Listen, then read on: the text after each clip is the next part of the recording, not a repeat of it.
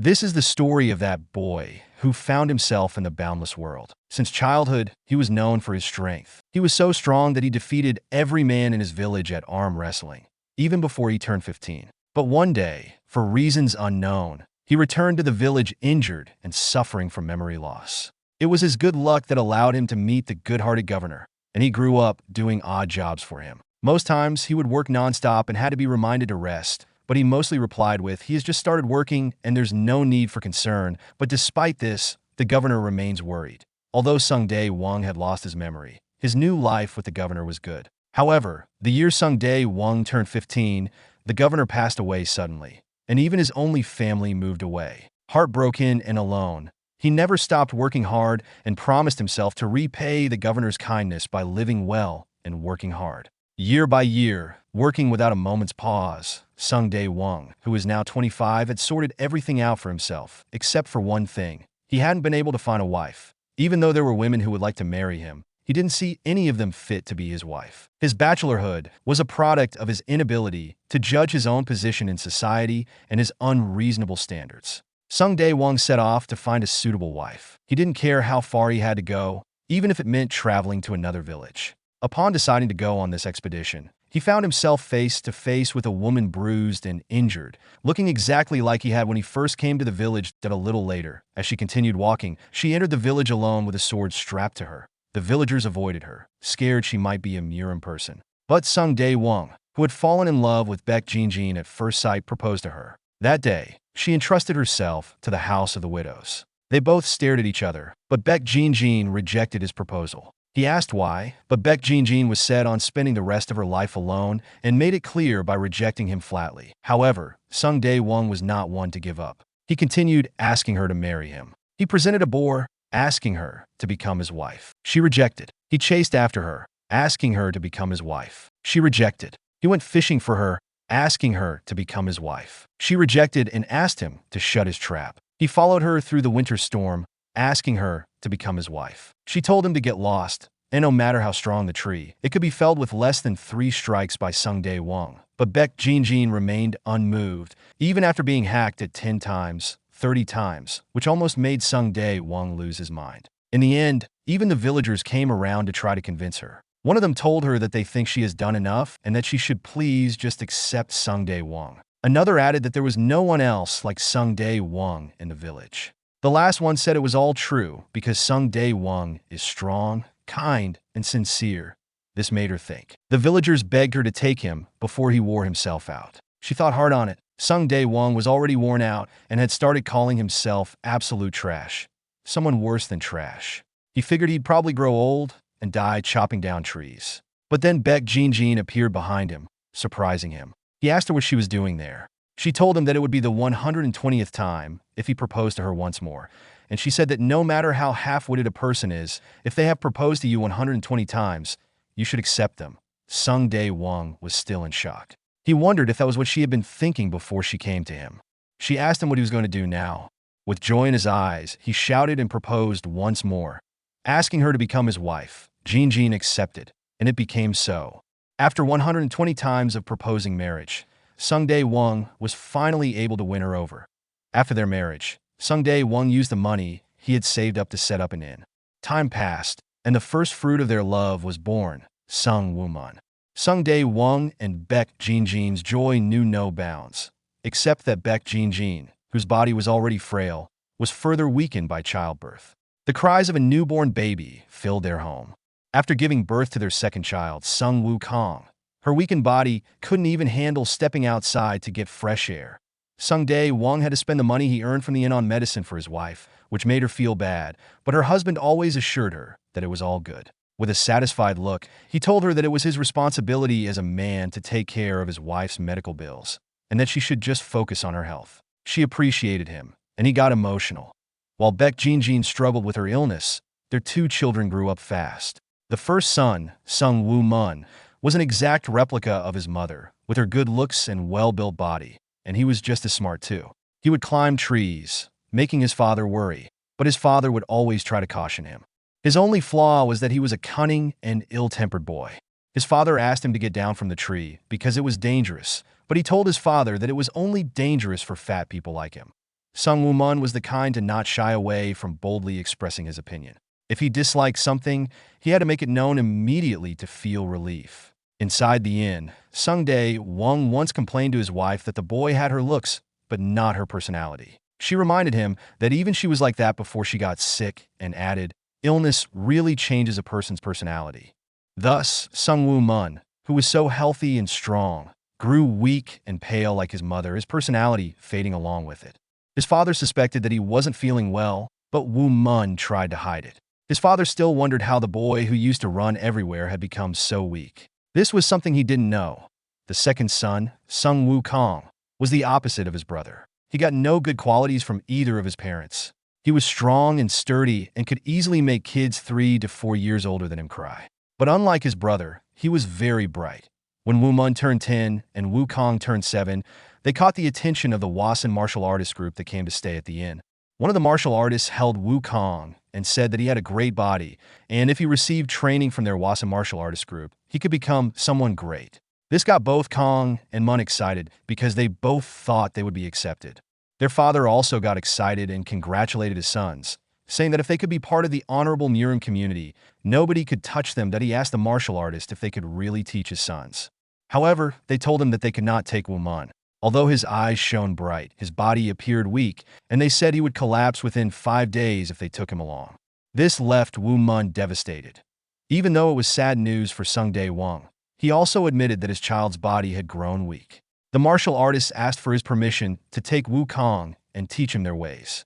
Although this was not what any of them had hoped would happen, it was the reality. Nightfall came, and it was time for Sung Woo Kong to leave with the martial artists. He said his goodbyes and promised his brother and father that he would be back soon. They asked him to take care of himself. A sad turn of events, but it was what it was, and Sung Woo Mun was left behind. Although Woo Mun's body grew weaker and he could not play to his heart's desire, not once did he complain or grumble. No matter how well he felt, he would not let his parents know for fear of worrying them. Moreover, he always inquired about his mother's health and worried for her. Although he made an effort to never appear weak, this time, even he found it unbearable. Sung Woo Mun and Sung Woo Kong grew up listening to stories about the Wuan martial artist group and the Murim community. For them, seeing the Wuan group in real life was a rare opportunity. His father, worried about his son, asked him if he was okay. But Woo Mun, in tears, gave a fake laugh and told his father that he was completely fine and needed to go to sleep. That same night, as Woo Kong headed to the Wuan group, Woo Mun sat in his room all alone, crying, asking himself why he was so weak compared to others, why he had to suffer so much, and why he wasn't selected by the Wuan martial artists. The day the Wazen's choice changed the fate of the boys, their mother complained to her husband, telling him that she was still worried because the Murim is not a paradise. It's a cold and dreary place. But he told her to forget it because Woo Kong had already left, and even Woo Mun really wanted to go. There was nothing they could do now. However, she said she was actually more worried about Woo Kong, who had followed them, and also worried for Woo Mun, who was left all alone here because all she wanted was for them to grow up as normal kids. Her husband didn't understand what she meant, so he told her that he would go make something for Woo Mun to eat while asking her to rest, that he walked away, feeling really sad. Downstairs, he noticed a really bright light coming from outside and wondered what it was in the middle of the night. Upon going outside, he was shocked and screamed loudly, startling Woo Mun, who had been crying alone in his room. Woo Mun quickly raised his head and called out to his father, asking what the matter was as he rushed to the window. Upon getting there, he also couldn't believe what he saw.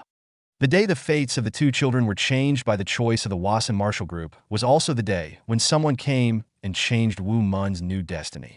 The old man greets Sung Dae-won and Woo Mun, who still can't believe his eyes but just stares. The elderly man, who was once floating, lands on the ground. He walks up to Dae-won and Woo Mun, staring from above. Woo Mun calls the elderly man Shin-sun. Shin-sun means sage with miraculous power. Woo Mun quickly rushes down to meet this Shin-sun, scared to actually come out. He stands behind the door at first. The Shin-sun tells Dae-won that he's starving and must eat, so he asks if they could get him a bowl of plain noodles. Dae-won tells him that he'll get it immediately, so he asks Woo Mun to take the Shin-sun to the best seat in the restaurant. Woo Mun guides the man to his seat. Though he's still a little scared of the Shin-sun's food is presented to him, he thanks them, and they return the pleasantries. While the Shin-sun eats, Woo Mun is fascinated that even great mages eat food. After the sage is done eating, he asks for the bill, But Dae Wong refuses to give him the bill and tells him that it has been an honor to serve him food. He wishes the great sage a safe journey. The sage appreciates the kindness but says that although he is poor, he cannot simply leave like that. So he requests that they prepare him a paper and brush. Dae Wong is surprised at this request and wonders if the sage is going to write something for good luck, so he immediately rushes to get them. On his way, he gets excited because his wife comes to mind, and he plans on asking the sage to write something wishing for his wife's good health and for the health of his entire family too.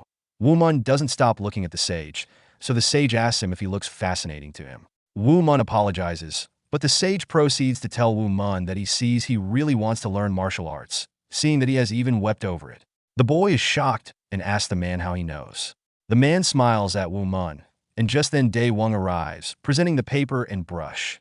The sage thanks Dae Wong and tells him that he wishes to draw them a landscape painting with his humble skills in exchange for not taking any money from them. Dae Wong, not wanting to seem rude, asks the sage if he really means he's going to give them a painting. The mage sticks the paper to the wall and immediately starts painting. Dae Wong and Woo Mun both watch closely as the sage paints. He starts with an unfamiliar flow, then adds the trees, the landscape, and birds flying in a particular pattern. Woo Mun is stunned because he doesn't see the sage's brush move, but suddenly he sees the landscape appear. He wonders if that's one of the sage's powers, and his father is also awed by the beautiful artwork. The sage adds his finishing touches, and now it's complete. The sage tells them that the painting is a representation of the gratitude he feels toward them and that he hopes they cherish it dearly. He then says he must take his leave. Sung Dae Wong thanks the sage, but instantly remembers that he doesn't know the sage's name. He quickly turns to the sage and asks him to at least tell them his name. The sage laughs without turning back and asks Sung Dae Wong what knowing the name of a forgotten man would do for him. Before leaving, he tells them to remember him as the Celestial Master's thread, and Sung Dae Wong wonders what kind of name that is. While Sung Woo Mun stares deeply into the painting, he suddenly starts to hear a voice from it. The voice says, "Religious enlightenment and righteous duty cannot prove beneficial or harmful to anyone, but they can also prove beneficial and harmful to everyone. Even if one is called omniscient, it cannot be called enlightenment. Even if one is enlightened, they cannot be omniscient. And even if one is omniscient and enlightened, they may still not be called a saint." At this point, Woo Mun realizes that it's the sage's voice. The voice finally says, "The work of this old monk has come to an end." These words, which were only heard by Woo Mun, were said by the Celestial Master's movements, Latsu, in the Tao Te Ching. However, Woo Mun could not understand what a Celestial Master's thread was or know what the Tao Te Ching was, a Taoist movement also known as the Way of the Five Pecks of Rice, or the Way of the Celestial Master. The words by Latsu brought the landscape in Woo Mun's mind to life, and soon he was entranced by the magnificent movement of the painting. There were two kinds of martial arts that one could attain from the painting: the swordsman with angelic and divine help, and the swordsmanship of heaven and earth. They invited Woo Mun into the boundless world. Woo Mun's father could not see the painting come to life or hear the voice of the sage, so he worried for his son as he saw him entranced by the painting. He asked Woo Mun what was wrong, and Woo Mun replied, telling his father that the painting was alive and moving. His father gave Woo Mun a weird look and asked what kind of nonsense that was. The boy smiled with no reply. After that night, years later, Sung Woo Mun, who had spent his time entranced by the painting, grew into a strong young man of 20 years of age. Sung Dae Wong came in unnoticed with a wooden spoon and started hitting Woo Mun, calling him a pathetic kid and asking how many times he needed to hit him before he came to his senses. Woo Mun shouted at his father, telling him that it hurt and asking him to stop, but his father called him an idiot. Woo Mun still got entranced by the painting at the slightest glance, which again provoked his father, who started chasing him around the inn, hitting him. The customers laughed, asking if they had started this again. One of the customers told the father not to overdo it, but he replied that they were only saying that because they didn't know that idiot. Although the painting helped Woo Mun's body get strong, Woo Mun's mind, contrary to his body, had disappeared abruptly, and he had turned into the village idiot. Woo Mun, running through the village, angrily shouted about his father and insisted on seeing the painting, nearly colliding with someone in his haste. The person hit him really hard, calling him an idiot and saying that he was an imbecile for almost hitting their mistress. Woo Mun realized his fault and got scared. He pauses and stares. The men, who are the guards to the mistress, ask Woo Mun what the hell he's looking at, demanding that he get up and lead the way. Woo Mun's eyes and the mistress's clash, and he starts to get an idea in his head, but the guards call him back to his senses, calling him an imbecile and threatening to make an example out of him. The mistress tells the guards to leave Woo Mun alone, saying it's not right to pick on the weak. Woo Mun uses the opportunity to try and run away, but his path is blocked by someone. He is blocked by someone who beats the shit out of him, asking how he dares to do such a thing. The mistress isn't impressed by this person's act. The person smiles at the mistress and greets her, but she sighs and calls him an asshole. He is shocked that she said that, so he asks her what she said, but she denies saying anything, asking him if he heard something. While Woo Mun gets up and dusts himself off, the strange man laughs off what he thought he heard and says that he probably heard wrong. This person continues simping for the lady and tells her that there will be a huge match held in Goryongpyeong in 10 days, and that the entire Murim looks forward to it. He asks the mistress what she thinks about it, but she seems confused and asks him what he means. The mistress's name is Yun Saihong. He explains, saying Zhang Huang Bek Sangun, one of the greatest warriors in the world, Qian Yupawang, and Guayachengmi Jiangheng, one of the rising 6 great heroes, Shinjinyeg Daecoin, will be there. Moreover, masters who have remained in the shadows for so long are also expected to be present. He asks the mistress if she doesn't think it would be wise to take advantage of the opportunity, but the mistress, Yun Saihong, tells the guy that she will do whatever she pleases and that he can keep his nose out of her business. She and her guards take their leave, leaving the guy embarrassed. While Woo Mun just stands on the side, senseless, the guy gets furious, but Woo Mun's display catches his eye. He wonders what Woo Mun could be looking at and says that the idiot has really lost his mind. It's dusk already, and back at the inn, Woo Mun's father, while taking reports of sales, notes that the business has suffered a lot of losses. At this rate, he won't be able to cover the cost of medicine for his wife. Thinking hard on it, he worries that if things continue like this, they won't be able to survive the winter, and he gets furious, thinking of it all as he looks at Woo Mun, spaced out, staring at the painting. He calls Woo Mun an idiot, stating that when he was Woo Mun's age, he had already saved up a lot of money. But Woo Mun is so useless. He hasn't helped him one bit. He blames the painting, stating that if it weren't for the painting, the boy might have turned out differently. He initially thought the painting was helping Woo Mun gain his health, but somehow Woo Mun's mind has grown weaker, that he gets up, furious, and says that he must really be cursed to not be able to throw away that painting. Yelling, he calls the sage a conniving old con artist and says he can't take it anymore and will have to burn the painting. Upon hearing this, Woo Mun gets scared and immediately turns to his father, pushed his father away from the painting while shouting in protest. But his father still tries hard to get to the painting, telling Woo Mun to let go of him, calling him an idiot, and shouting that he's going to burn the painting. Woo Mun keeps pushing him back while his father asks him to let go, but Woo Mun doesn't, telling him that he can't because the painting isn't his. Woo Mun tightens his grip and pushes his father further away from the painting, which makes his father wonder how Woo Mun got so strong. He rapidly taps Woo Mun's back, telling him to let go or he'll die because Woo Mun's grip is too tight and is choking him. Woo Mun quickly lets go of his father and rushes to get the painting, telling his father that he can't touch it. The father, out of breath, expresses frustration with this foolish idiot and that cursed painting. Their argument is interrupted by some customers who ask if they are closed for the day.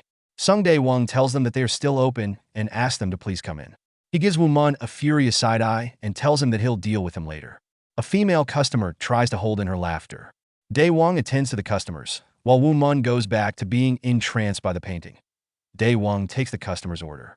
As he goes to prepare it, the older man starts scolding the girl, whose name is Dua, asking if she hasn't outgrown that silly habit and what people will think if she laughs like that. She apologizes to him, but asks what she's supposed to do if the situation is funny, telling him that she also caught him laughing a little. He laughs and remarks he can't win against her. The man's name is Shang Mujin, and he's the girl's martial arts master. Dua asks Mujin what he thinks the boy is gazing at so intensely. He wonders too, gazing at the image himself. He notices something and gets a closer look. Upon getting there, he observes something about the painting and expresses admiration for the effective use of classical techniques in the painting, even though he can't identify the artist. They both get spaced out staring at the image. Dua calls to her master, asking him what he's doing and reminding him that the food has been served, so he should come eat. Mujin admits he's feeling a bit distracted. Mujin walks away. Dae-won comes in with a package for Woo Mun, calling him a scoundrel and asking him to deliver the package to the Manga family. He tells him to be sure to thank them because it was supposed to be sent a day before. Woo Mun refuses to go, telling his father that he knows if he leaves, his father will throw away the painting. But his father assures him that he won't and asks him to go quickly. Woo Mun receives the package and asks his father to promise not to throw away the painting. Even though his father doesn't want to, he promises and asks Woo Mun to go quickly. Woo Mun rushes out really fast, saying that he'll be back soon, and slams the door shut. The effect of the painting is now in Mujin's head. He can't stop thinking about it because he finds it strange that it keeps bothering him. Dua notices the expression on Mujin's face and asks him what he's thinking about so deeply, telling him that he is not even replying when she calls him. He suddenly gets up and walks towards the painting, continuing to stare and getting spaced out again. He takes a deep breath to calm himself and again goes back to glaring. Finally, the painting shows him some surreal energy. Just as he has thought, it's not an ordinary painting. It's only a picture, yet he wonders how it has such strong, surreal energy. The birds come to life and are flying around in the painting, and the waterfall begins to rush. Master Taishang Mujin gets lost in the painting, and it's as if he is inside it. He is wowed by this and says that this painting is a treasure, an exquisite thing possibly worth millions. Dua looks confused and asks why Mujin is acting like that. Mujin quickly calls Dae Wong, asking him if he could sell him the painting. Dae Wong is confused and asks Mujin if he actually wants him to sell it. Mujin says yes, and that he will pay whatever amount Dae Wong asks. Dae Wong can't believe what he just heard because his family is going through such a hard time, and this strange man is not only telling him that he can get money, but also get rid of that loathsome painting. Woo Mun, rushing to deliver the package, is excited that he'll get back home quickly and continue to look at the painting. Dae Wong finally decides to sell the painting, so he asks for 5 niang. Mujin is surprised that Dae Wong asks for only 5 niang, but Dae Wong thinks he went overboard and asked for too much. Mujin, knowing the true worth of the painting, immediately gives Dae Wong the 5 niang. An ignorant Dae Wong thanks him. He's filled with joy because with this money he could buy the best medicine for his wife, although he does feel bad for Woo Mun. Mujin and Dua are done with their meal, and they say their goodbyes. Mujin pauses, feeling bad. Dua asks him what the matter is, and he goes back to meet Dae Wong, telling him that the money he paid for the painting won't do and that he underpaid him. He offers his sword to Dae Wong, but Dua strongly disagrees, shouting and asking him how he could give away the piercing white divine sword. Master Taishang Mujin gives the sword to Dae Wong and calmly tells her to hush, but she still tells him that it doesn't make sense, asking him if he's really going to give away the divine sword for that shabby painting. Dae Wong, Woo Mun's father, accepts the sword in gratitude, saying that he doesn't completely understand its importance but will accept it gracefully. From Dae Wong's reaction, he knows that it must really be a great sword, so he wonders how much he can sell it for.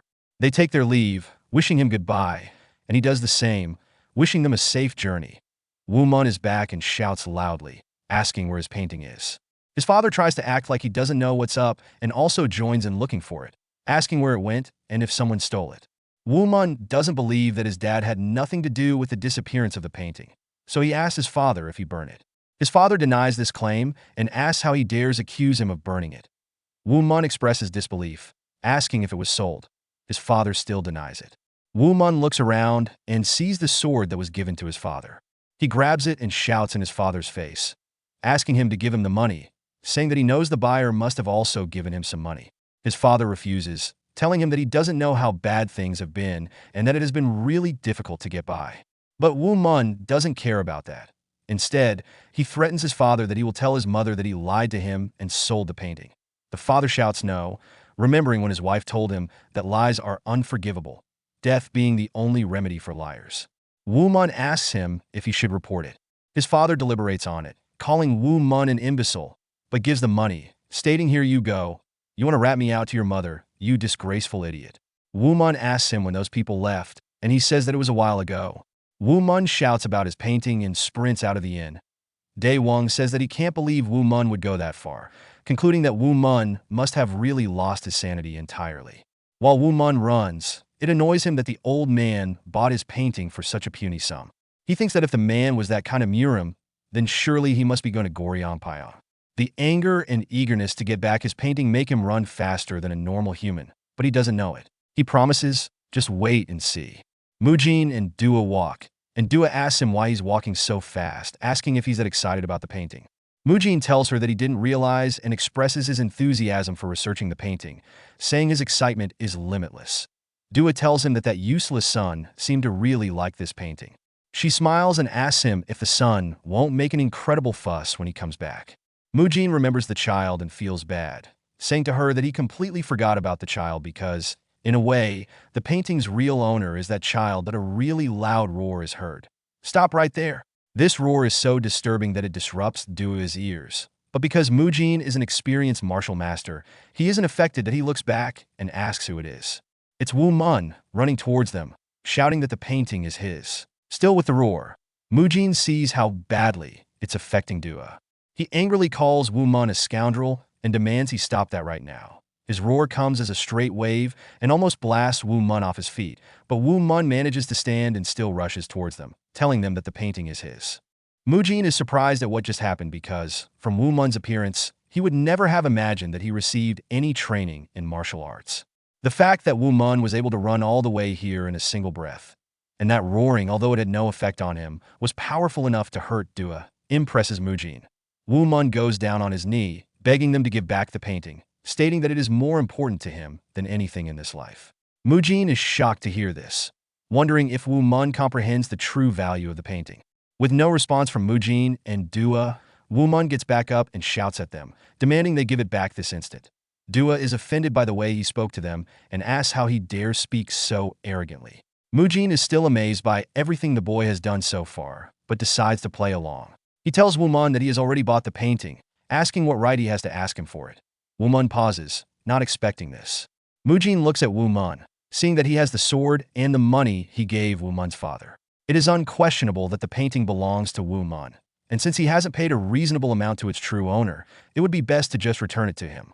Woo Mun murmurs repeatedly about the painting, but Mujin is becoming curious about him. Mujin states that Woo Mun seemed to have let out that roar earlier without realizing it. It was a powerful roar, and he smiles, thinking there seems to be a secret hidden in Woo Mun and the painting. Quite unlike him, he starts coming up with a plan. Even though he has decided to give back the painting, Woo Mun is confused, thinking about it. He remembers that the sage had actually drawn it for his father's services, so technically it isn't his, adding that he has just been claiming it stubbornly all this time. Mujin's plan is complete, so he tells Woo Mun that, according to his father, their family seems to be going through a hard time, that he asks if Woo Mun realizes that it's true. Remembering his mother's medical bills, Woo Mun feels really bad that he didn't even think about it, saying to himself that he's so stupid. He tries to pull himself together, realizing that his father must have thought about their mother's medical bills. Disappointed in himself, he calls himself an idiot for forgetting about everything as usual. Tears drop down his eyes, and he says that he's sorry, telling Mujin to please hold on to the painting. Mujin is wowed once more, because for someone who caused such a ruckus to give up easily just at the mention of his family shows that his heart must be in the right place. Woo Mun feels so sad about the whole thing and is about to take his leave, but Mujin smiles and tells Woo Mun that they will have to play a game. If Woo Mun can lay a finger on him even once, then he shall not only return the painting to him, but he would also yield the money to him. He asks Woo Mun how that sounds. Dua disagrees, asking Mujin why he would want that. Woo Mun is surprised because he sees this as an opportunity. He immediately asks Martial Master Mujin if he's being serious. Mujin gives a weird smile and tells Woo Mun that he has a lot of wealth and that the money for his family means nothing to him. So he asks Woo Mun if he would accept. Woo Mun happily agrees. Woo Mun is confident that he could win the money for his mother's medicine and the painting. Kunlun's #1 swordsman, Mujin Won Myong, is known for being a great master. The person currently overlooking the field is, in fact, the greatest master of Kunlun, Mujin Won Myong himself. Woo Mun asks Mujin if he won't regret this, asking if he would really give everything as promised if he manages to touch him. Mujin laughs at Woo Mun and asks him why he would regret challenging him, encouraging him to try and make himself regret it. Woo Mun feels pumped because if he wins this, he could get the painting and money for his mother's medicine. Mujin pulls out the painting, and Woo Mun immediately goes to him, but Mujin easily dodges. Woo Mun tries really hard, and Mujin is surprised by Woo Mun's awful attempts because his body structure is that of someone who has never been taught martial arts. Mujin then stretches his hand to push Woo Mun. That slight push is enough to make him fall, but he gets back up and rushes in again, trying to touch Mujin that he tries really hard, but Mujin, a martial master, dodges everything with ease. He slams Woo Mun onto the ground. Woo Mun is surprised and asks Mujin how he was able to slam him to the ground without even laying a finger on him. He gets back on his feet and promises that this time he will definitely get Mujin. Mujin easily dodges Woo Mun's attempts each time. Whenever Woo Mun tries to touch him, Mujin slams him to the ground over and over again. Even though Woo Mun could have stopped at any time, he keeps going and continues to get slammed down. Finally, Woo Mun decides to calm down due to the pain from being repeatedly thrown to the ground. Mujin is disappointed and wonders if Woo Mun's roar from before was just an accident. He feels pity for Woo Mun and tells him that he should just give up. But Woo Mun is determined and says to himself that he cannot give up, that he thinks for a while and realizes that he can now see Mujin's movements, even though they may be subtle. He adds that the movements are similar to the movements of the leaves in the painting. If they are indeed similar, then he has seen them a million times already. He rushes in again, motivating himself that there's nothing he can't do. With disappointment in Mujin's eyes, he calmly observes that Woo Mun has resorted to his tactless moves again. However, Woo Mun comes attacking with an aggressive martial arts form, which scares Mujin. Instinctively, he uses a powerful martial art to block Woo Mun's attack, but it's powerful enough to knock Woo Mun straight into a tree. Seeing the force at which Woo Mun hits the tree, Dua asks if Mujin isn't overdoing it. Even though she's angry that Woo Mun hurt her ear, she tells Mujin that he is being too harsh on someone who doesn't even know martial arts. Mujin is speechless because he just used the royal servant's golden dragon power on Woo Mun, wondering if Woo Mun has grasped his movements in such a short time. In a moment of haste, he unintentionally used more force than he intended. Woo Mun picks up a stick, gets back on his feet, and says that his arms were too short. If he had a sword in his hand at that moment, he would have been able to touch Mujin. He notes that Mujin's movements are greater than those of the leaves in the painting, wondering if he would be able to touch Mujin with the stick. With determination, he goes to attack Mujin again, promising to touch him this time. Mujin is shocked, looking at Woo Mun come at him, wondering what this is. He states that the energy he used to block Woo Mun's attack earlier blocked Woo Mun's acupuncture points, but Woo Mun has already unblocked them. He wonders if Woo Mun has been hiding his endurance and energy unbeknownst to him. Woo Mun comes at him, about to strike Mujin. Mujin is shocked by Woo Mun's power, calling him a monster. Woo Mun's attack is about hitting Mujin. He realizes that he cannot dodge and that it's going to cut through. Woo Mun's attack hits Mujin, and the stick breaks in his hand, which makes Mujin instinctively use more power than intended to push Woo Mun backward, sending him flying across the field once again. Mujin can't believe what just happened.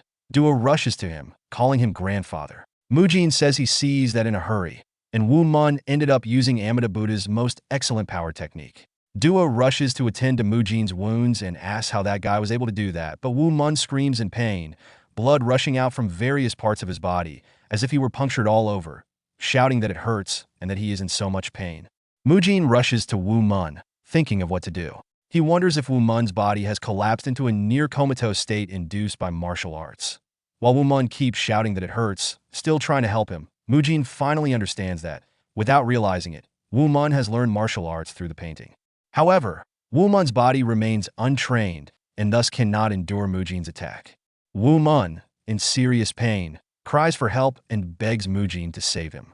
Mujin doesn't know what to do because Woo Mun's body is dying. It seems to be unable to overcome the attack and is deteriorating. Mujin pulls Woo Mun up suddenly and sits him in the lotus position, immediately mimicking the Buddha's cross-legged sitting position.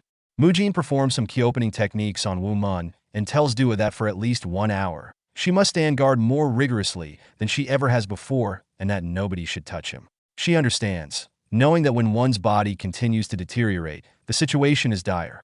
Woo Mun opens his mouth wide and spits a large amount of blood. Mujin tells him that if he wants to leave, then he must pay attention to what he wants to say. Mujin instructs Woo Mun that he cannot open his mouth at any cost, no matter how much it hurts, telling him that his life is on the line here. Woo Mun is about to spit out more blood, but he holds it back. Mujin starts to chant some words as he connects to Woo Mun's body, that he realizes that Woo Mun's body has already been severely damaged. But if he can put all of his energy into Woo Mun, he can save him. However, Mujin warns that if he does save Woo Mun, he will never be able to summon the energy and force required for martial arts. He blames himself because his petty curiosity led to all of this, but he promises that no matter what, he shall save Woo Mun. Meanwhile, Woo Mun begins to cry as he thinks of his mother and father. Mujin has begun pouring his energy into Woo Mun. Dua looks around, recalling that they are on the road to Goryongpyeong. People who harbor animosity toward Mujin would definitely pass this way. She wonders what would happen if they ran into such people at a time like this. She tries to hold herself together, knowing she'll be powerless in front of them that moment. she hears the rustling of the bushes. The people behind say they're pleased with what they see, thankful for having followed Mujin and Dua. Dua turns back and shouts, "Who is that?" One of the men in the bushes replies, "Mujin Wu Myong of Kunlun. We have finally come to the moment of your reckoning." Another one says they have come to take their revenge, and they all laugh. Dua realizes who they are, the evil, raucous, and corrupt four. She also realizes that she and her grandpa have been tailed by them all this while. She questions if this is what people mean when they say, "out of the frying pan, into the fire," because she knows she won't be able to hold them off alone. Mujin is unaware of what's happening around him as he continues Woo Mun's treatment. Dua whimpers, wondering what she's supposed to do without her grandpa. She summons some courage and shouts at the men, "How dare you appear in front of Master Tai Shang Mujin?" They laugh at her, asking if she thinks they are fools, saying even a child could kill Mujin in his current state. One of the four says soon the news of Mujin's death will spread far and wide, laughing as he adds that he should also play with Dua a little, so that even after death, Kunlun's #1 swordsman would cry tears of blood due to humiliation. Dua gets scared and moves backward, telling them they shouldn't dare come near her. The man and the others laugh, telling her she looks cute when she's scared. One of them shouts, "Kill Mujin." Dua is terrified and doesn't know what to do, thinking of her grandfather. But at that moment, someone arrives and knocks the man's sword away, surprising everyone. Dua is relieved, but still wonders who this person is. The raucous four get angry that someone would dare interfere. The spear-wielding person tells them that as if it's not bad enough they are attacking someone in critical condition, now they are ganging up on a girl. He tells them they're the lowest of vermin. This provokes the raucous four, and they decide to go after the spear man altogether. As they rush toward him, he uses his technique to cut down all of their swords in half. The raucous four is terrified, wondering what just happened.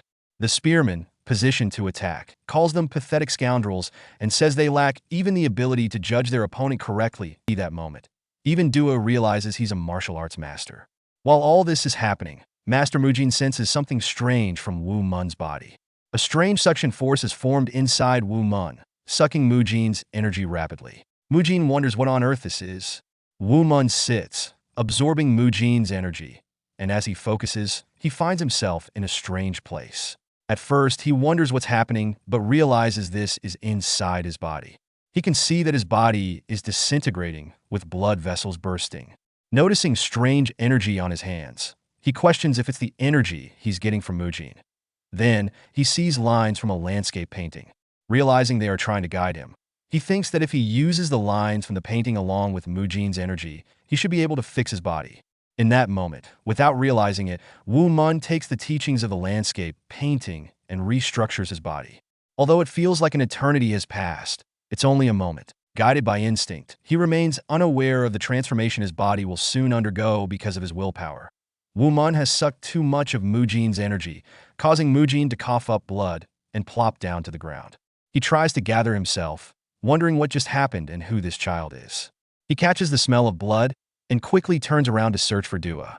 He sees that she's okay, but notes that the raucous four is still present, wondering if they had been following him. He still can't wrap his head around how Dua managed to defeat them all by herself. Dua hugs him, telling him it was really bad and that she almost died. Mujin asks if someone helped her, inquiring if it was one of the greatest warriors in the world or one of the rising 6 great heroes. She explains that someone with a spear suddenly showed up to help her, before leaving just as quickly. She asked his name, which he paused to tell her, Jiang Hung.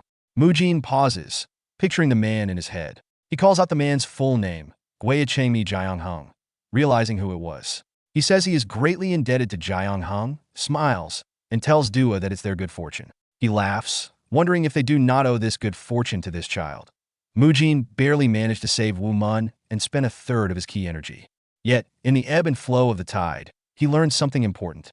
Dua distracts Mujin's thoughts, asking him why the boy is not waking up, questioning if he has died. He smiles at her and tells her that the boy will wake up soon. Woo Mun takes a deep breath and breathes out heavily, stating he is alive, as he gets back on his feet. He expresses that he thinks he understands now. All this while, he had only vaguely wondered if what he was learning from being entranced by the painting was in fact martial arts. It seems he was correct. Standing fully on his feet, he explains that the thing he released back there was his inner energy and force. Looking towards Mujin, he states that the person who helped him do that was the old man. Dua is stunned, saying that Woo Mun seems fine. Moreover, She notes that he also seems changed. Woo Mun approaches Mujin and bows his head, thanking him for saving his life. Mujin apologizes, telling Woo Mun that he didn't think something like this could happen. He proceeds to explain that he had already resolved to give back the painting and the money, but to satisfy his curiosity, that's why he decided to test him. He apologizes once more, saying he's sorry, but Woo Mun tells him not to apologize, expressing only gratitude towards him. Mujin asks Dua how much they have left, but Dua doesn't like where this is going. She asks him what he means by, "How much do we have left?" And he tells her that when they get back, he will go through the account carefully. He gives back the painting and the money to Woo Mun, telling him that he doesn't need to return the money and asking him to take it along with the rest and go. Woo Mun tries to decline, saying that he can't do that because he feels he is the one who should be in debt to Mujin for saving his life. Even his body feels healthier. He tells Mujin that this is too much, but Mujin insists that as a Jianpa warrior who has abandoned worldly desires, he did not conduct himself properly. He tells Woo Mun that even this falls short of the compensation he truly owes him. Mujin urges Woo Mun not to reject it but to accept it, explaining that these things are more needed by him than someone who has abandoned this material life. Woo Mun thinks it doesn't feel right, but he must consider his mother, so he accepts the extra money, promising to use it wisely. He tells Mujin that he will use it to buy medicine for his mother and says thank you. Mujin smiles at Woo Mun, acknowledging that it's a complete transformation. He has become an entirely new person. Perhaps he could even go on to exceed Mujin's expectations. Woo Mun notices the people lying dead on the ground. Mujin tells him that they are people who sought revenge against him. They were looking for a chance to attack, but apparently, Gwaechemi Jiangheng took care of them. Woo Mun is surprised to hear this name, as Gwaechemi Jiangheng is the one who will participate in the competition in Goryeo Pyong. He tells Mujin that they owe their lives to that great man today. Mujin replies that it's not something for Woo Mun to concern himself with, saying this happened because of him, and he is the one who owes Woo Mun. As he hands over the painting, he asks Woo Mun who on earth drew it. Woo Mun smiles and says that it's a mystery to him as well, but he tells Mujin that the person who drew it, before departing, said he was the Celestial Master's thread. Mujin is amazed to hear this, and asks Woo Mun if he means what he just said, a thread of such a being. He wonders if that's why it happened. It all makes sense now. From his reaction, Woo Mun asks if Mujin knows who that is, expressing that he would be grateful if Mujin could tell him too. Mujin calls him child and asks if he knows about Taoism. Woo Mun thinks on it and says that he only knows it's something monks study and pursue. Mujin acknowledges he doesn't know much about the painting, but offers to share what he does know. He explains that during the Three Kingdoms of Korea period, 57 BC to 668 AD, the turmoil caused by the Yellow Turban Rebellion was led by Zhang Ju, who was said to be a follower of Taoism and a sorcerer. Zhang Ju spearheaded the way of great peace, tapping down the Taoist movement, but alongside that, another Taoist movement was growing popular, the way of the Five Peaks of Rice, also known as the Celestial Masters. The man who led this movement, Celestial Master Zhang, was Zhang Ling. Woo Mun is amazed by this and says if it was someone called Zhang Cheon-sa. Then Mujin confirms it, stating that the way of the Five Peaks of Rice is also known as the Cheon-sa sect. The Celestial Master's thread that the sage mentioned must definitely refer to the Cheon-sa sect in the way of the Five Peaks of Rice. Woo Mun stares at the painting, wondering about the Cheon-sa sect. Mujin tells Woo Mun that the martial arts teachings of the Cheon-sa sect died with the last follower of Zhang Cheon-sa, and after that, the teachings were passed down orally under the title of Kyeonsa-do. That is how they exist today. Mujin smiles and tells Woo Mun that it's an astonishing feat for him to have learned the now extinct martial arts of the Cheon-sa sect. Woo Mun then asks Mujin if he might know who drew the painting. Mujin says that itself is also a mystery, even to him, but smiles as he adds that they can only guess that the person was one who wished to pass on the teachings of Cheon-sa. He concludes that he now understands how Woo Mun's body absorbed his energy so easily, explaining that it's because of the energy that forms the root of Taoism, which is the energy of the Cheon-sa sect. Finally, he says that it still baffles him. While Woo Mun continues to stare at the painting, pondering the Cheon-sa sect, Mujin feels tempted. If he takes Woo Mun under his wing, he could bring fame to the Kunlun faction. However, he knows that taking someone with the Cheon-sa sect martial arts will surely draw opposition. Shaking his head, Mujin is disappointed in himself for letting his greed outweigh everything else. He decides that if it's meant to be, he will consider it again in the future. But for now, he can only offer his meager help. He call out to Woo Mun and reflects on a previous duel, acknowledging Woo Mun's skills in swordsmanship and energy manipulation. However, he points out a gap in Woo Mun's training, specifically his footwork, suggesting that despite his abilities, there's still important foundational knowledge to acquire for improvement. Woo Mun curiously asks Mujin what footwork is. Mujin feels disappointed that Woo Mun doesn't even know what footwork means. Woo Mun replies that he doesn't know what it means, a disappointed look on his face, and asks if he has just been defeated by someone who doesn't even know what footwork is. However, Mujin decides to teach Woo Mun. He demonstrates, telling him that footwork refers to the way one moves their feet while dueling someone. It includes all movements such as approaching, moving, circling, and more. He informs Woo Mun that he shall teach him one such movement as an expression of repentance. Woo Mun is excited to learn. Meanwhile, in a house, someone shouts, asking a man what he means by saying they are short of men. The man tells the lady that if she does not want to be slighted compared to the other families, she should consider their interests and supply them with men. He also tells her that for that to happen, she would have to at least give them 50 warriors. But for now, they have barely managed to gather 30, that the lady thinks on this and tells the man that it would be favorable for them to display a strong front. She asks him to put up notices around their village and the nearby ones that they are recruiting temporary workers to send to Seoul for work. She adds that they're on a tight schedule, so he needs to hurry and do this. However, the man tells her that they do not need workers. They need warriors. The lady looks back at the man and calls him Commander Jang, asking if their purpose is to fight. He responds, telling her no. Then she says that all they need is to hire people to look like they're warriors, and she and the commander will be fine if they command the workers to pretend to be warriors. She adds that if they appear to have a massive force, no one would dare challenge them, and they will be fine. Commander Jang says that he understands and tells her he shall do as she has commanded, although she thinks that if there is one useful man among the workers, it would work out. Back with Woo Mun, he is sweating profusely and feeling exhausted while Mujin performs some footwork on a huge rock. Mujin's movements are too fast. Woo Mun cannot see what he is doing. He states that he can't see Mujin clearly and won't learn anything like this. He thinks this won't do because he really wants to learn. Gathering ki from around his body, he directs it to his eyes, and suddenly he can clearly see Mujin's movements. He is glad that he can finally see, although it does get blurry constantly. If he focuses his mind and directs his spirit towards his eyes, he can maintain clarity. Mujin is performing divine and ethereal captivating movement footwork, which is considered one of the best inside the Kunlun sect. It possesses astonishing power to render the user's vision blurry and captivate them. It is one of the hardest footwork techniques to learn. Woo Mun instinctually directs the energy of the celestial and divine swordsmanship towards his eyes and narrowly manages to see Mujin's movements. Finally, as Mujin completes the last step, he asks Woo Mun if he memorized it well. He tells him that he has left his footprints on the rock so that Woo Mun can refer to them later to memorize his movements. Woo Mun thanks him. Mujin takes the sword and gives Woo Mun the Kunlun Friendship Medallion, telling Dua that they must wish him farewell now. However, Dua doesn't seem to approve of Mujin, giving Woo Mun the medallion.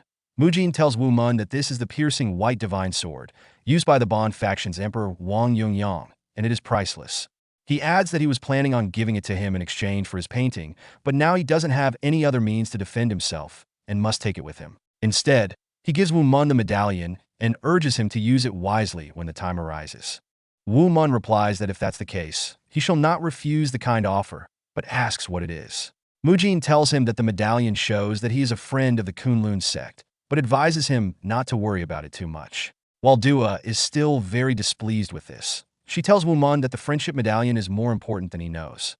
Before leaving, Mujin asks Woo Mun to promise him one thing: to never sell nor throw away the Kunlun friendship medallion.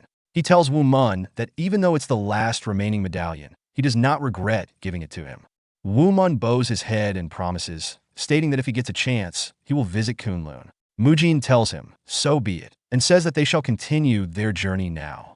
Woo Mun wishes them a safe journey to walk away. Dua looks back at Woo Mun, who still bows his head as they depart.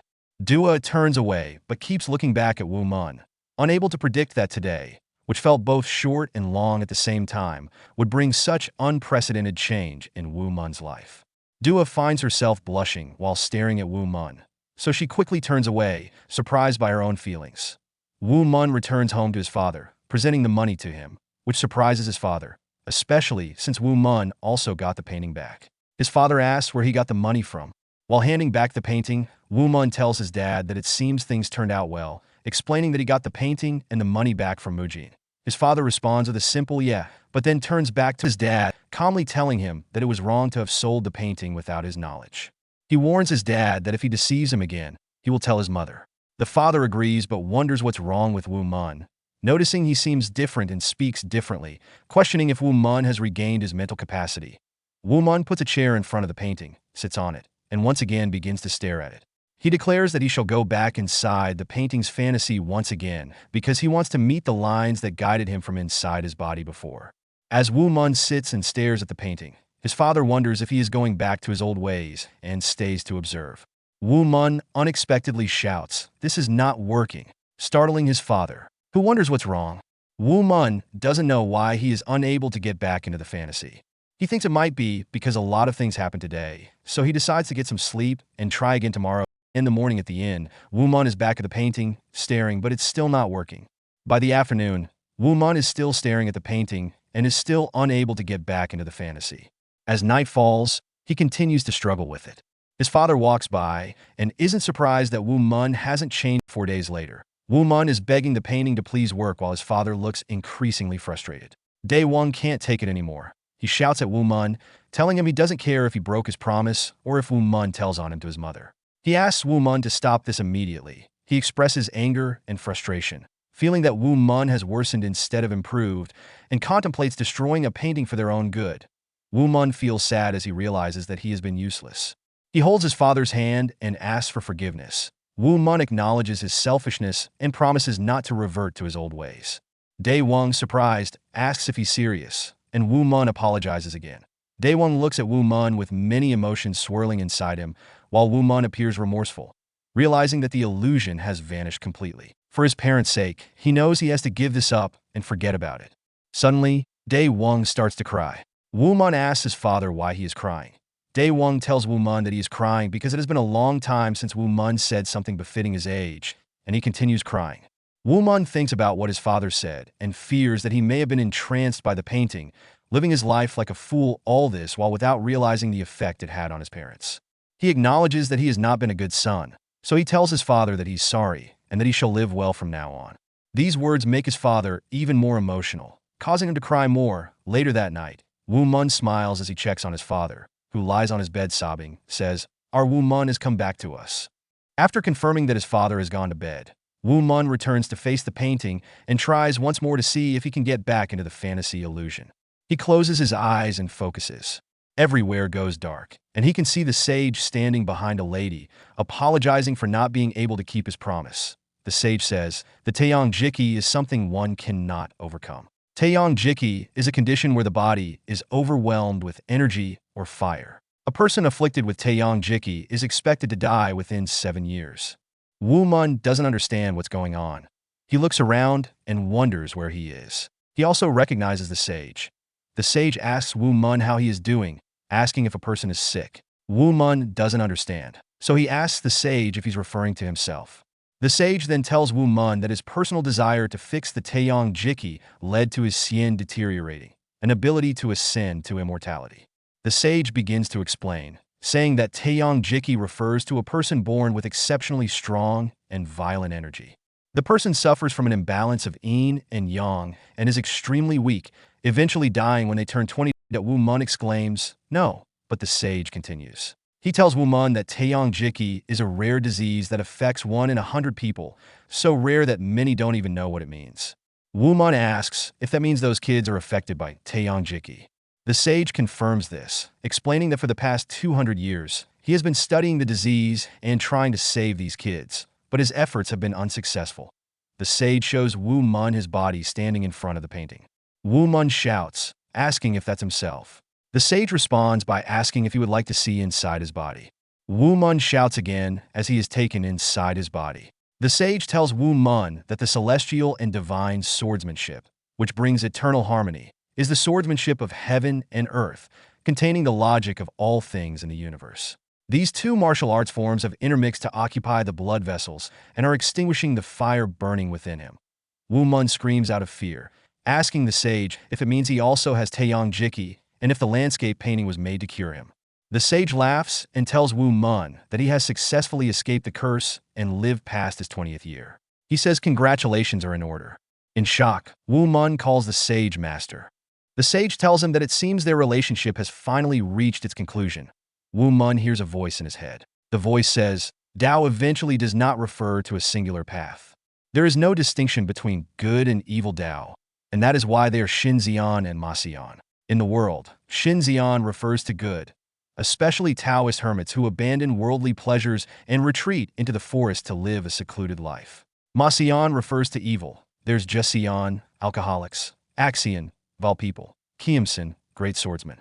Finally, the voice says that no matter what anyone thinks, he should never think of Tao as being constant and tells him to just find his own path and his own reason. Woo Mun wakes up and finds himself back in his body. The painting has become a blank canvas. Still shocked from everything, he questions why the painting has suddenly become a blank canvas. But it makes him realize that he was not dreaming just now. The sage presented the painting to Woo Mun for a reason. He was bequeathing martial arts to cure Woo Mun of his illness. Woo Mun bends and bows to thank the sage through the painting, saying, The life that you have bestowed upon him, he shall cherish it and put it to good use. That same night, a man is seen sitting and observing from the rooftop, drinking and saying, It's good to see that he has been living well. It's a beautiful day outside. It's Woo Mun. He stands proud, saying that his body feels so much better and revitalized. It's awesome because he plans to work hard and leave. Starting today, he begins his chores, rushing outside to get water, sprinting back to the inn. He arrives at the inn and thinks it's amazing that he didn't spill a single drop on his way back. He grabs a mop and cleans the entire inn swiftly. After cleaning, he arranges the plates with excitement. His mom comes in thrilled to see her son working. She praises her son, surprising him, and he asks why she came outside, that it's still so early. The dawn air is really chilly. Hasten back to your room. She says, You have been working so hard since morning for your father, and you've started speaking like someone your age. This mother's heart is so happy. Thank you, my Woo Mun. Holding hands with his mother, he realizes that he never knew her hands were this thin and cold. Even though it saddens him, he puts on a bright face and leads her back to her room. While in the room, his mother tells him that it's so nice to see he has returned to his old self, and that whenever she thinks about how he was, she doesn't finish her statement. Woo Mun, looking at his mom with tears of joy in her eyes, realizes that he has been such a bad son, and he feels like the world's worst son. He leaves her to rest, cheerfully saying goodbye. As he leaves, he sees his father, who just got out of bed and is shocked to see Woo Mun up this early. Woo Mun beats his chest and says, Father, from now on, he shall help him with running the inn. He tells his dad to also make him do any difficult tasks available. His father is filled with so much joy just from hearing this and rushes to hug Woo Mun with tears of joy. He exclaims, So yesterday's events were not a dream after all, my son. Woo Mun tells him to stop crying, but he cries even more, hugging Woo Mun and thanking all the gods in heaven. The Jade Emperor Buddha. He thanks them all for restoring Woo Mun. Woo Mun tries to free himself from his father's grip, telling him that he needs to get back to work, but he realizes he can't escape. Of course, his father seems to have been born with unlimited strength, but it's surprising for someone who doesn't know martial arts to be so strong. Woo Mun has to shout to his father to let him go because he has work to do. Hearing that he wants to work, his father finally lets go. Woo Mun finishes cleaning, and the entire place sparkles. His father is so pleased with this and says that their inn looks so clean. The dirt spots must have been hard to clean, so he asks Woo Mun if his body doesn't ache. Woo Mun smiles and says, Hardly. On the contrary, I feel so energetic. His father laughs and tells Woo Mun to feel free to get out and do whatever he likes while he goes to prepare to greet the guests. Woo Mun thinks about it and finally gets an idea of what to do. He rushes outside to where Mujin left the footwork footprints, and he's glad to see they're still there. Woo Mun says that it's unbelievable and amazing that a human could leave such footprints on a boulder. Mujin called it the divine and ethereal captivating movement, so he decides to try it out. Starting with the first foot, then the second, he thinks he's starting to get the hang of it but falls down hard. Now he knows that it's not easy. Learning martial arts is not as simple as he thought, that he tries again because he finds it fun. Whenever Woo Mun felt disheartened about the landscape painting, he would concentrate on the martial arts lessons from Mujin. For countless days, Woo Mun struggled to learn the moves. For no matter how much he had changed, he was still untrained in martial arts. After many trials and failures, one night, Woo Mun is in bed complaining about not getting it, saying that even sleeping seems like a waste of time. Then he gets an idea that he goes into meditation, breathing and thinking of the celestial and divine swordsmanship. He concentrates really hard, Suddenly, he opens his eyes and runs out of his room to practice the footwork, running past his father. He thinks maybe it's a good thing that he can't sleep and that he should occasionally use it when he can't sleep. His father calls to him, asking where he is going at this late hour of the night. He says he's going outside to exercise because he can't sleep and asks his father not to worry about him. His father comments on his energy, expressing that it's great to be young. Hearing the word energy, Woo Mun remembers his father hugging him when he couldn't move. He wonders if the reason why he couldn't follow Master Mujin's movements was because of the difference in muscle strength. Whenever he hopes to come close to mastering Master Mujin's movements, his body fails to follow. Now he is sure that muscle strength is the reason. That night, instead of practicing the footwork, Woo Mun goes out and starts to train his body. Woo Mun was correct in his thinking. He hadn't had an opportunity to train his muscles all this while, and thus he was unable to match up to Mujin's speed. Woo Mun focuses on learning martial arts movements and gaining muscle strength. The muscles that improve due to metamorphosis also develop much faster than others. Several days pass in this manner, with Woo Mun training hard and lifting heavy boulders. After dropping a boulder, Woo Mun is excited because he never thought he could become this strong. Now it's time to finally try the footwork again. He starts again, feeling a little closer to mastering the movement. He is able to follow the movements a bit more now. As he follows the movement, he imagines Mujin beside him and thinks this is so much fun. Training his body like this is exhilarating. He gets too excited because he is having so much fun, and on the last step, he uses his energy to conjure a sword. He didn't know how he was able to do it. He sees it for a second, and then it disappears. Looking at his hand, he wonders what that was. When one perfects Mujin's movements, he can naturally conjure the strokes of the landscape, painting instinctively without realizing it himself. He is able to use Mujin's method and conjure a sword. This was known as yearning for the sword. He clenches his fist in excitement and says that he wants a sword, remembering the time he fought Mujin. He's sure that even then, although he had a tree branch in his hands, it was possible to attack. He goes back to the place where it all started and picks up the swords of the evil, raucous, and corrupt four. Although they are broken, he thinks they may be of some use. He takes them all and goes to town. Inside a blacksmith shop, Woo Mun asks if it's possible to buy a sword with the broken ones he gathered. The blacksmith asks him if his father knows about this and what he plans to do with the sword. Woo Mun replies that the world is a scary place. That's why he wants to carry a sword, however shoddy it may be. The blacksmith agrees with Woo Mun, saying that even dogs and cows carry swords nowadays. So, Woo Mun humbly requests him. The blacksmith just stares at Woo Mun, noting how much he has changed since he last saw him. He responds to Woo Mun's request, saying that although the swords are broken, they can still be put to good use once melted. Woo Mun then asks if he would be able to purchase a sword with it, but the blacksmith tells him that's not possible. Woo Mun is shocked to hear this and asks why. The blacksmith turns away from Woo Mun and replies that it's because the weapons he makes would rob countless people of their lives, and he doesn't want to put clothes on his back by resorting to such acts. He tells Woo Mun that if he wishes, he could melt the swords and make a bowl out of them instead, asking Woo Mun to drop them and go.